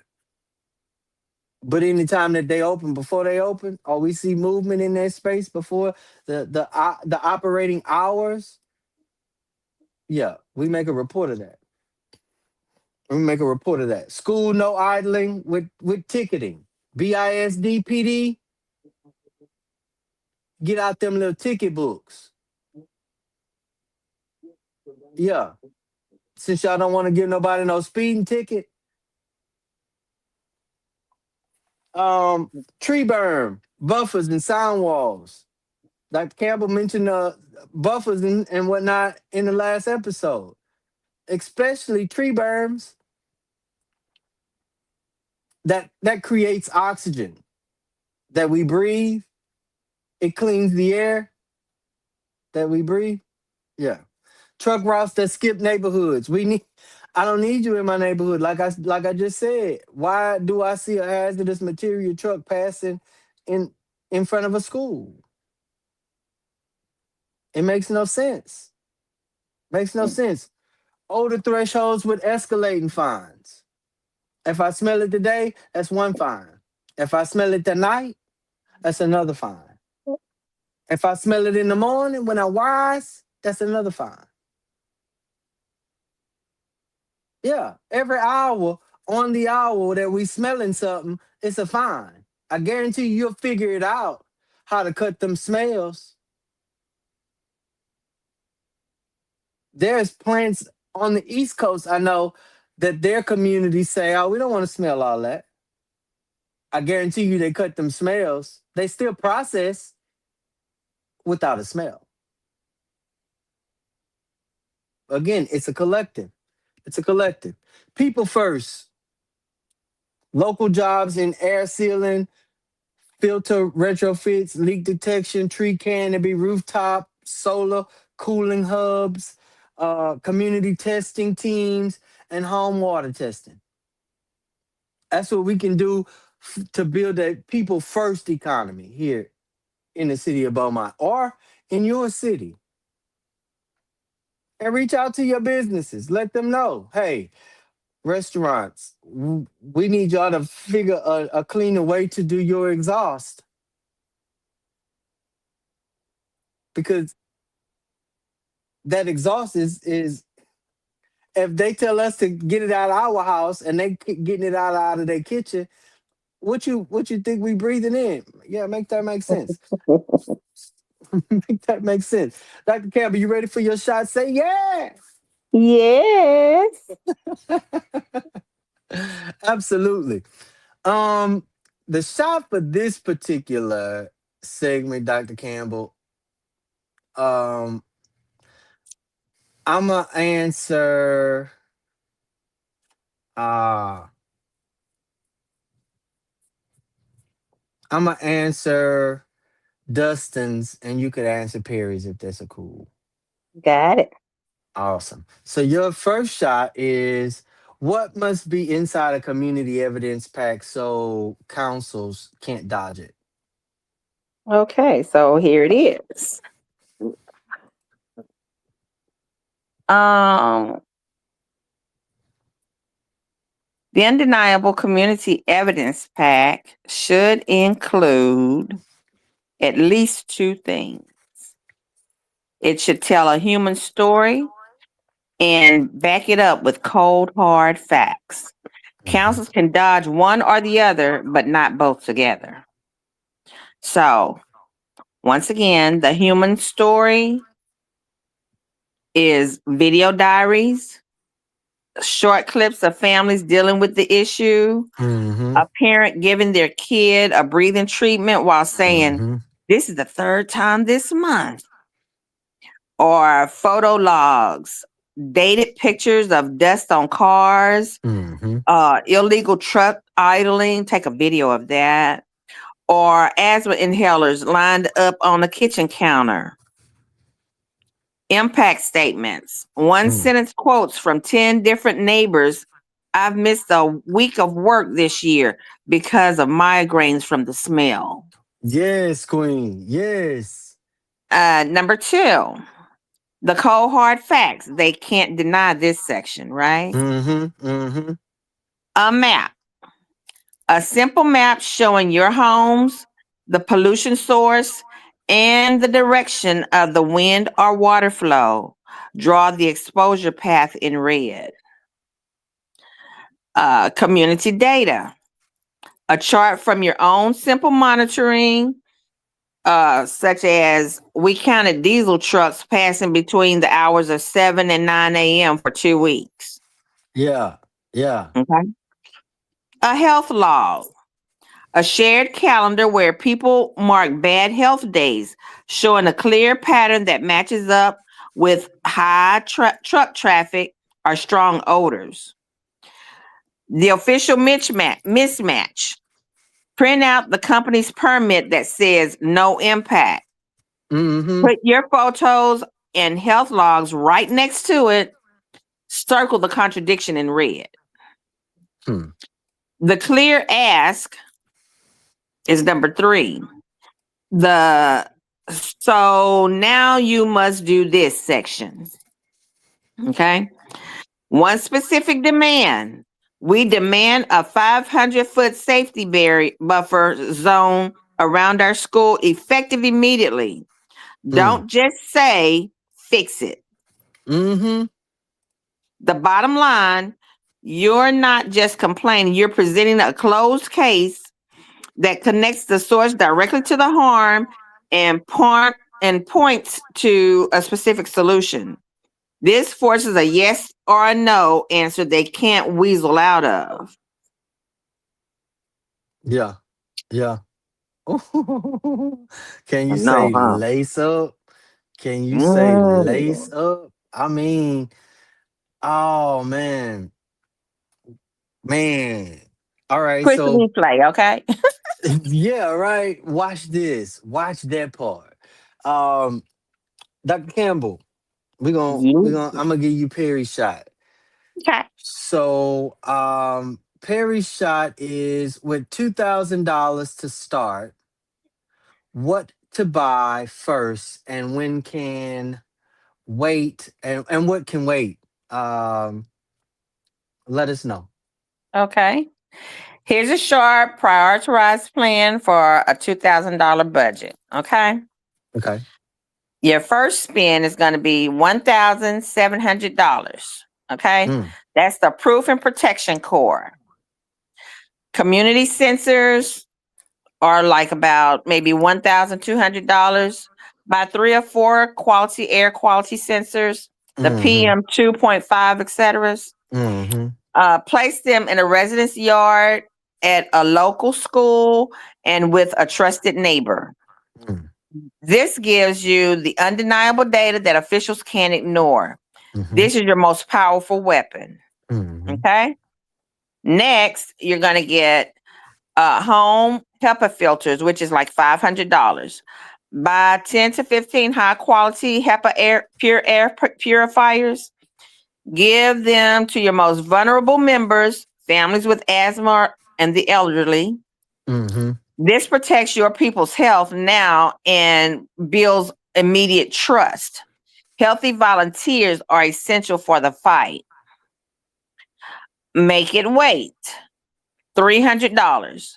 The administration staff. Okay. Mm-hmm. These Mm-hmm. people are going to print flyers. They're going to use free social media and emailing for organizing. They're going to print only essential flyers for the community meetings at a local library or a Mm. print shop as needed. Um, well, I'm sorry, they can print essential flyers for community meetings at a local library or a print shop as needed. Okay. Mm-hmm. The filing fees. You don't pay you don't pay legal fees up front. So use your new sensor data to get a lawyer to take your case for free pro bono, or Yes. convince officials to act without a lawsuit. I know, huh? So now the Yes. bottom line is spend 85% on proof, that's your sensors and protection filters. Mm-hmm. Use the rest for absolutely essential administration, data, and healthy people with a long game. Yeah. Yeah. I'm sorry, to win the long game. Yeah. Yeah. Yeah. So Absolutely. I done coached you into a win. All you gotta do is do it All now. you got to do is get in the game. Put her in the game, coach. Huh? Press replay here. Yes, indeed. I'm gonna take Dustin's shot, Queen. So Dustin's shot was what 3 habits that cut exposure fast, and we sort of kind of named some of them earlier. I did say Merv, which is the MERV 13 filter and the HEPA filter.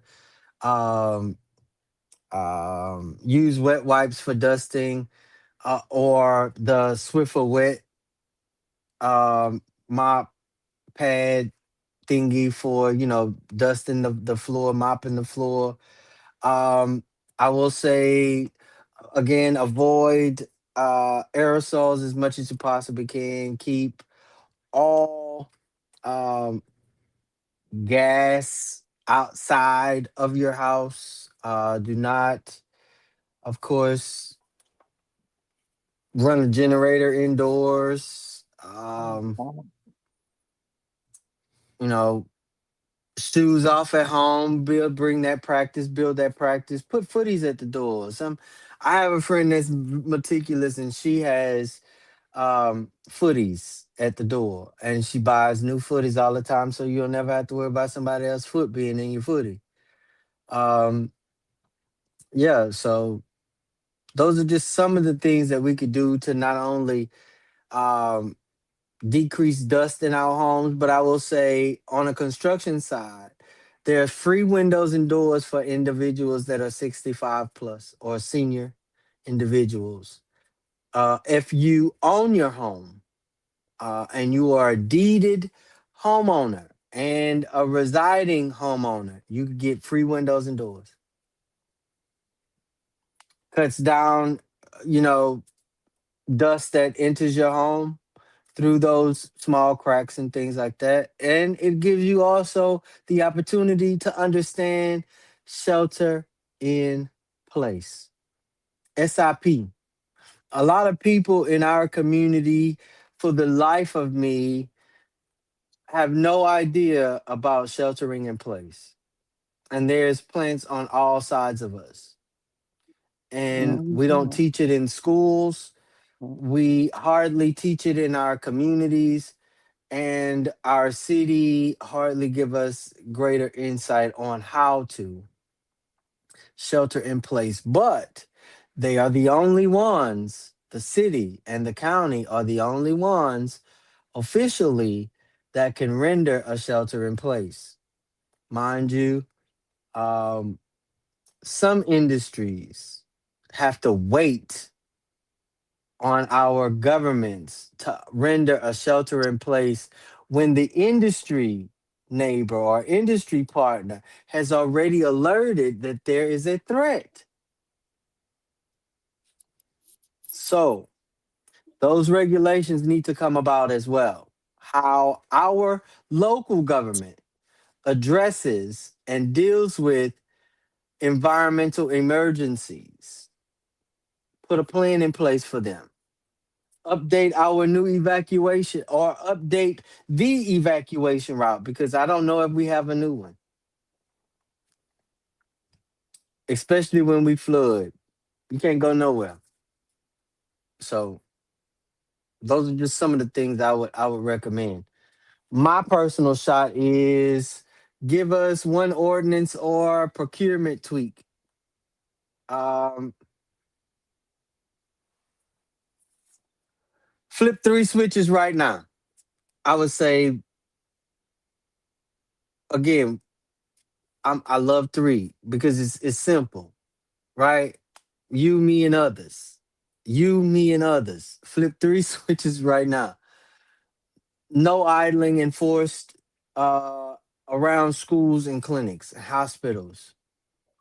Um, the city council and industries alike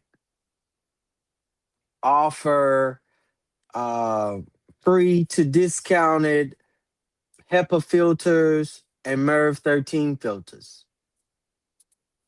Um, again, this is for residents in public buildings and apartment complexes. I mean, we breathing it. You allowing it, plus you giving abatements to allow it. Mm. Oh, yeah. So yeah, yeah. And then you're not gonna only buy that once. You're gonna buy that all the time. That's what you're gonna buy all the time. And that again, that could come in a what they call it, a 3P, private public partnership. You can do that. I guarantee you, you'll sort of kind of curtail your asthma, flare ups, and even those that have respiratory issues like COPD and they ain't never smoked a cigarette, or lung cancer and they ain't never worked in the plant. You have some houses that are still in the city of Beaumont with asbestos siding on their home. Oh, it's Mhm. not much. It's not, you don't have to worry about it. But if I take it off of my house, I gotta worry about it. Make that, Mm. make that make sense. If I take it off my house, I have to do a whole environmental removal of my asbestos Mhm. siding on my house. But you want Mm. me to live in it and not worry about it? Make that Mm. make sense, y'all. Mm. Mm. Make that make sense, y'all. Um, Number three, gate monitors. Just like Dr. Campbell say, put them all over the city. Put one right there by the storm drain so you could smell the sewage or whatever it is that's coming out of the storm drain. Mhm. Put one over your kitchen sink, tie it onto the faucet head so that it can capture whatever gas is coming out of there. I guarantee you me, the particulate matter of fecal is more deadly than the particulate matter of silica, which is something you find in rocks. Breathe in a few molecules of boo boo. I guarantee you're gonna feel like crap all day, and maybe even die from asphyxiation. Again, that happens in your sleep. We wake Mm. up and it smells like somebody done took a crap in the middle of our floor. Huh? I know I ain't the only one living in Beaumont. And it smelled like I could stop at a stop sign or a red light and it smelled like the whole neighborhood took a crap right there at the corner because the sewage is farting everybody's gases. All that's coming out into the street. Flashpoint for this particular segment is if your block could win one rule this quarter, and it's almost over. This quarter is almost over.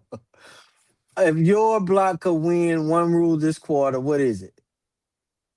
Put a one in the chat for public gate monitors.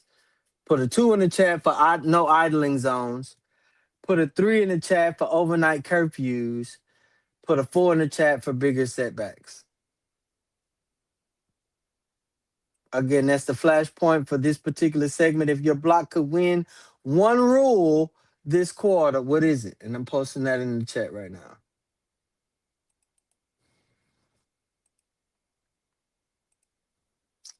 Know your rights. Open meetings. You can speak. You could record. You could submit evidence. And you could even ask for a written response date. Open records request permits, complaints, enforcement, emissions, events, as well as uh, leaks, those types of things, dust. Yeah. And like Dr. Campbell say, when you do go through your house and dust, keep your little dust rag, baby. Keep your little dust rag, put it in a sandwich bag, zip it up. Because when push come to shove and we get to testing that, put a date on it like your grandmother used to do them figs that she can't. Yes, indeed. Um, Public nuisances, uh, reported odors, dust, noise, and and actionable items to get involved, get an investigation, number and timeline. Escalate to again your city management. If they don't budge, your county, and if they don't budge, your state. And if the state don't budge, run for office at this point. Um, because baby, the pickings is slim for when it comes for representation. Roundtable question for this particular segment is what's the first environmental lifeline you lock into local law right now? And how do we keep it from being watered down later on? Dr. Campbell, you have the floor.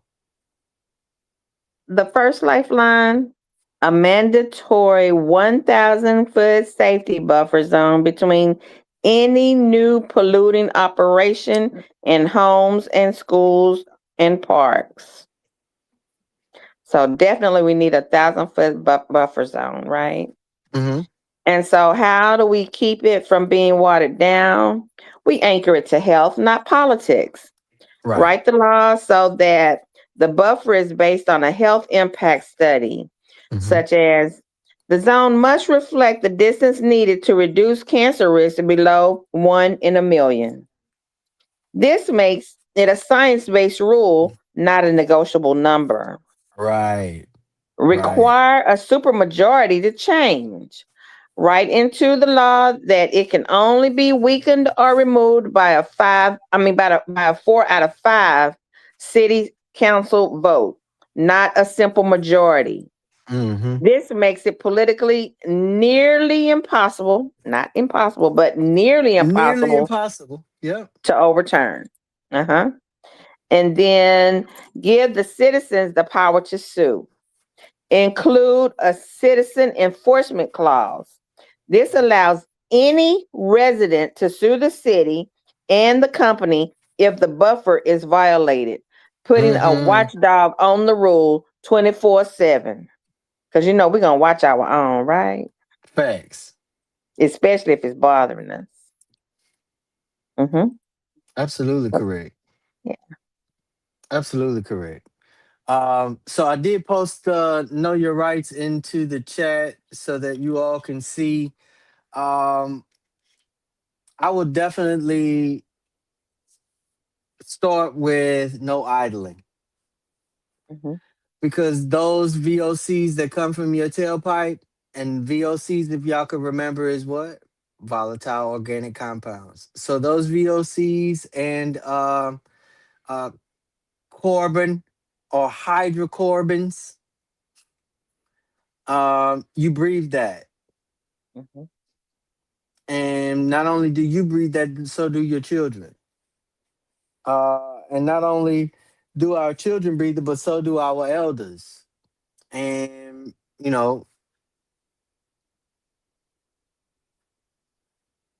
that keeps them sick or not even understanding why they sick, right? Mm-hmm. Um, and then that should be no idling should be banned around, like I said, schools, clinics, senior living facilities. When the ambulance pull up to the senior living, turn that mess off. Turn that mess off. The police, they sit out with they turn it off. I don't care if you don't want to have to reboot your system. Turn it off. Especially when there's 11 teen of y'all in one on one street with your engine still running. Make that make sense. Um, yeah. Do um some basic reporting. Basic. Me- you know, Bacon automatic fines, public reporting, and no sunset clause. Um, pair in with, like I said, everybody, every business, and every school receive a new filter every month or every other month because you killing us out here. Um, And we ain't gonna pay for it. You paying for it. Industries of all facets paying for it. And I don't think it should just happen uh for for industries like um chemical plants. No. There is welding companies. Just like Dr. Campbell said, that slag get in the air you breathe it, you breathed it. There's people that cut cement dry. I've seen the city workers do that. Members on the highway cutting cement dry. That's lined up, man. I just definitely want us to understand that what we see, especially even with the construction around going on all around Beaumont,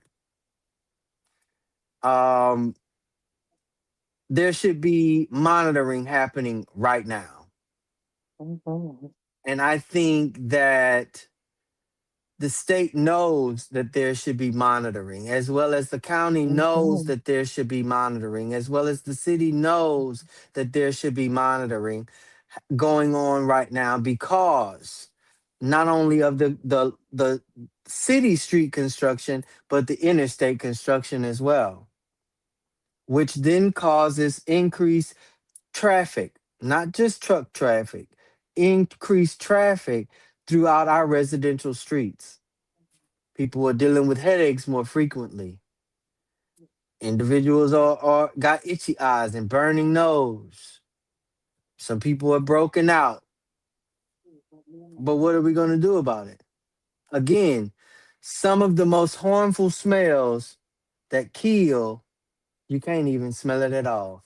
Dr. Campbell, give us something that's going to wrap us up for the rest of the week, please, ma'am. Well, we've talked about this whole segment, document. So I'm going to say be the watchman. Your job is to see the danger and sound the alarm. It's not just a good idea, it's the right thing to do. Speak Hmm. up. Speak up. I hear every time I go to either your neighborhood association meeting, Queen, or my neighborhood association meeting, or any other neighborhood association meeting in the city of Beaumont that I attend. I always hear our officers say, "If you see something, See something, say something. say something." They mislead and miseducate us on purpose, y'all.